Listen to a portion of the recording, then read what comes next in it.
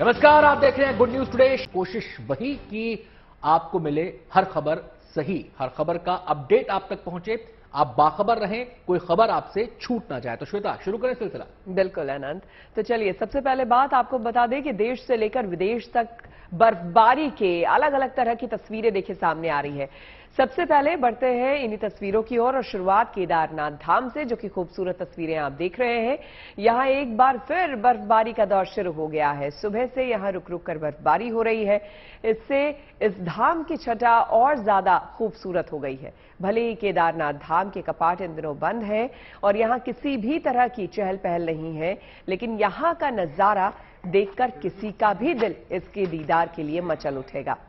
Helicopter से तस्वीरें भी ली गई है, लेकिन यहां पर ये देखिए किस तरह से तस्वीरें कुदरती सुंदरता का शानदार नजारा पेश कर रही हैं। मंदिर के शिखर से लेकर शंकराचार्य की समाधि स्थल सब बर्फ से ढके हुए हैं। और श्वेता, इन तस्वीरों को देखकर ऐसा लगता है मानो किसी चित्रकार ने खूबसूरत पेंटिंग कर दी है। सफेद रंग से सब कुछ अपनी कला समेट के रख दी है कैनवस पर। ऐसी ये तस्वीरें आपको एहसास कराती हैं। केदारपुरी पूरी तरह से सफेद है, हर तरफ बर्फ की मोटी चादर दिखाई दे रही है। इस धाम से बहने वाली मंदाकिनी नदी के बीच में बर्फ जम रही है। छोटे छोटे बर्फ के टापू आपको नजर आ जाएंगे तस्वीरों में। अभी थोड़ी देर पहले आपने देखा भी होगा। केदारपुरी में मौजूद होटल्स, धर्मशालाएं सब बर्फ से ढके हुए हैं। हालांकि ये खाली है क्योंकि फिलहाल वहां पर जो श्रद्धालु हैं उनकी आवाजाही नहीं है, कपाट बंद है। इसलिए इस महीने लगातार हो रही बर्फबारी से केदारधाम में 3 से 4 फीट के बीच बर्फ जमी हुई है। फिलहाल यहां पर सुरक्षाकर्मी मौजूद हैं। हालांकि हेलीकॉप्टर की आवाजाही भी यहां पर हो रही है और ये इसलिए कि सुरक्षाकर्मियों को जो रसद चाहिए, जो सामान चाहिए, उसकी आपूर्ति इन हेलीकॉप्टर्स के जरिए की जाती है। और ये भव्य दृश्य हेलीकॉप्टर के जरिए भी कैमरे में कैद किया गया। और ये तस्वीरें देखकर आपका मन ये कर रहा होगा कि भले ही कपाट बंद हैं, लेकिन बैग पैक करें और केदार धाम की तरफ कूच कर दें। लेकिन फिलहाल आप नहीं जा सकते, ये मजबूरी है। पहाड़ों में इन दिनों जमकर बर्फबारी हो रही है। अब आपको दिखाते हैं कश्मीर की तस्वीरें। यहां हो रही बर्फबारी ने घाटी की खूबसूरती में चार चांद लगा दिए हैं। ये तस्वीरें बांदीपोरा की हैं, जहां सुंदर नजारों का दीदार करने के लिए लोगों का पहुंचना जारी है। वो यहां बर्फ में लौटने से लेकर अलग अलग तरीके से इस बर्फबारी का आनंद ले रहे हैं। पर्यटक यहां स्नो ट्रैकिंग के लिए पहुंच रहे हैं, तो इन बर्फीली वादियों में लोग पिकनिक का आनंद भी लेते नजर आ रहे हैं। दरअसल बांदीपुरा में जिला प्रशासन और वन विभाग मिलकर कई नए टूरिस्ट डेस्टिनेशन तैयार करने में जुटा है। इसी के तहत यहां ये लोग दिख रहे हैं। ऐसे सैलानियों को आकर्षित करने के लिहाज से किया गया है। फिलहाल यहां ज्यादातर आसपास के लोग ही पहुंच रहे हैं, लेकिन आने वाले वक्त में ये सैलानियों की खास पसंद साबित हो सकता है। तो विंटर टूरिज्म को बढ़ावा देने की ये पहल है। पर्यटकों को आकर्षित करने के लिए सब कुछ किया जा रहा है। आसपास के लोग फिलहाल ज्यादा है, लेकिन ये खूबसूरती देखिए जरा। देखिए किस तरह से यहाँ पर लोग बॉनफायर का भी इंतजाम कर रहे हैं। ये नजारा अपने आप में, खास करके जब मैदानी इलाकों के लोग देखते हैं ना, तो उनको लगता है कि पता नहीं जन्नत अगर है तो यही जन्नत है, क्योंकि बर्फ देखना उनके लिए बड़ा मुश्किल रहता है मैदानी इलाकों में। इसलिए पहाड़ी इलाकों से जब कभी भी ये तस्वीरें आती है तो हर किसी का मन करता है कि बस इसी जगह निकल जाए।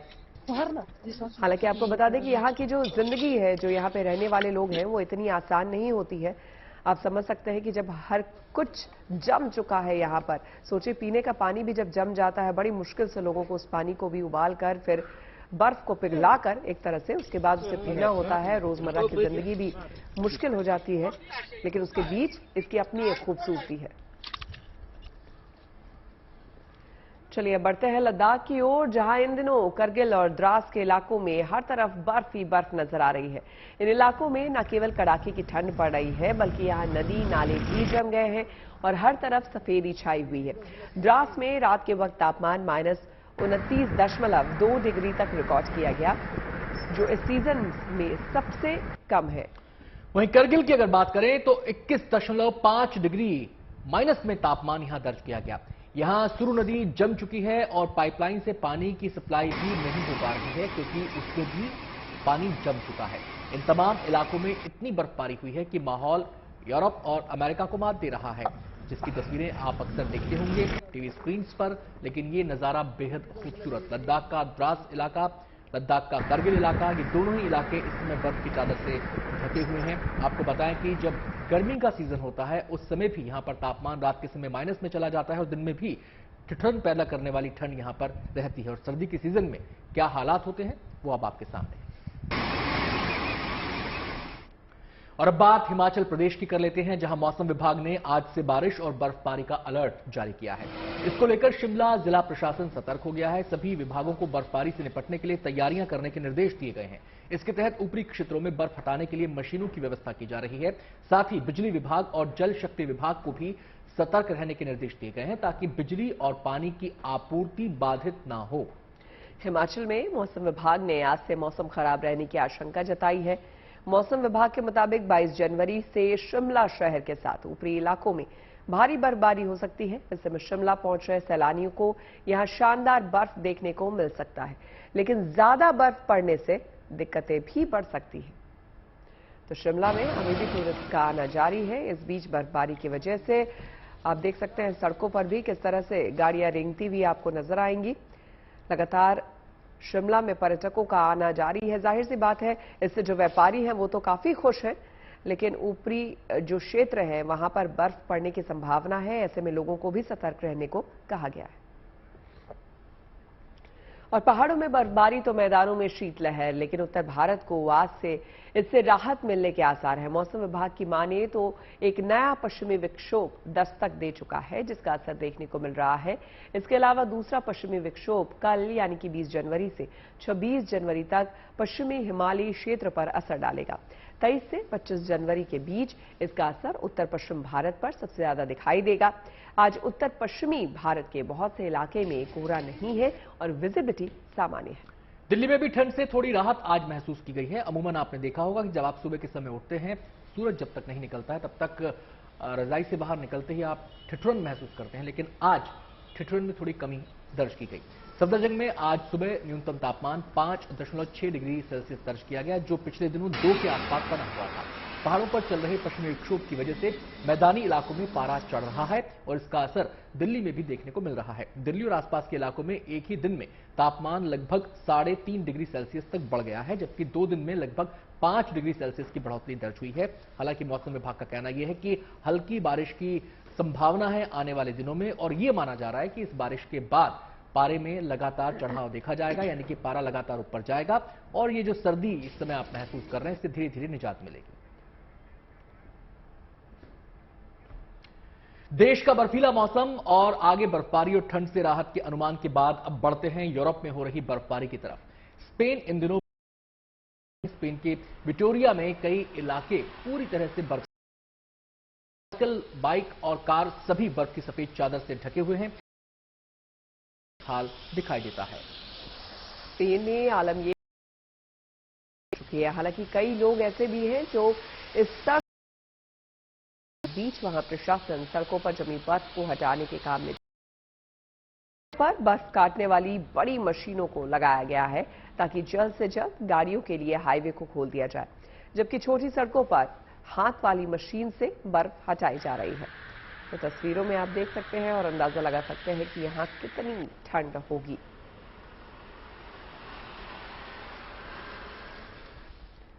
और चलिए अब आपको लिए चलते हैं रूस, जहां इतनी ठंड पड़ रही है कि लोगों का खाना तक जम जा रहा है। सोशल मीडिया पर ऐसा ही एक वीडियो वायरल है जिसमें एक महिला अपने हाथों में नूडल्स को पकड़े हुए दिख रही है और ठंड की वजह से नूडल्स पूरी तरह से जम चुका है।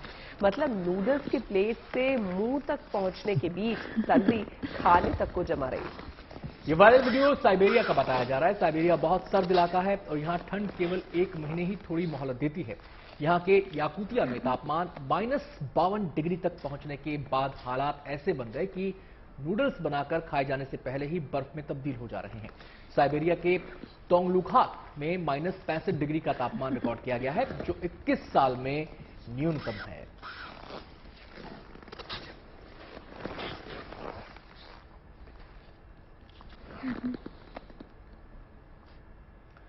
भारत, यूरोप और उत्तरी अमेरिका में बेशक कड़ाके की ठंड हो, लेकिन इस ठंड में भी लोगों का जोश हाई है। वो नई नई एक्टिविटीज कर रहे हैं जो दुनिया का ध्यान खींच रही है। अंटार्कटिका में दौड़ लगाई जा रही है। दरअसल ब्राजील के अल्ट्रा रनर अंटार्कटिका पहुंचे। इस बीच ब्राजील की एक अल्ट्रा रनर ने नया रिकॉर्ड बना दिया है। आपको बता दें कि अल्ट्रा रनर फर्नांडा मैशल ने अंटार्कटिका में -35 डिग्री तापमान में पहाड़ पर चढ़ाई की, जिसमें 9 घंटे 41 मिनट लगे। बिना किसी थकान और डर के ये तेजी से बर्फ को चीरते हुए आगे बढ़ती दिखी। अंटार्कटिका का 98% भाग बर्फ से ढका हुआ है। यहाँ कोई रहता नहीं है, बल्कि कई देशों के रिसर्च सेंटर यहाँ पर बने हुए हैं। फर्नांडा ने यहाँ पर सबसे ऊंची चोटी माउंट विंसन पर चढ़ाई की और नया इतिहास रच दिया।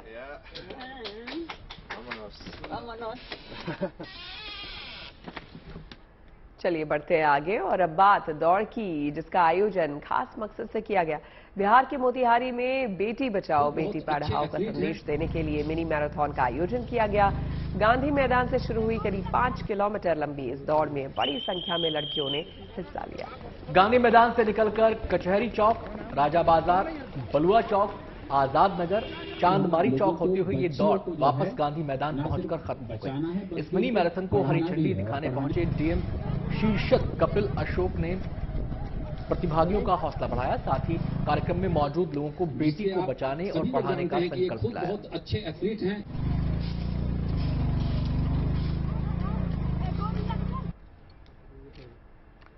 अब दिखाते हैं अमृतसर में निकाले गए नगर कीर्तन की दिव्य तस्वीरें। गुरु ग्रंथ साहिब जी की छत्र छाया और पंज प्यारे के नेतृत्व में सिखों के छठे गुरु श्री हरगोबिंद सिंह साहिब जी के विवाह के उपलक्ष्य में ये नगर कीर्तन गुरुद्वारा गुरु महल से निकाला गया।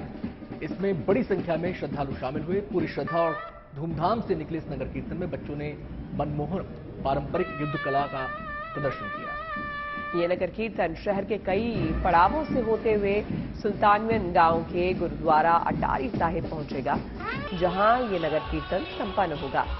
ये वही जगह है जहां छठे गुरु और मेरी पीढ़ी के मालिक श्री हरगोबिंद साहिब की बारात गई।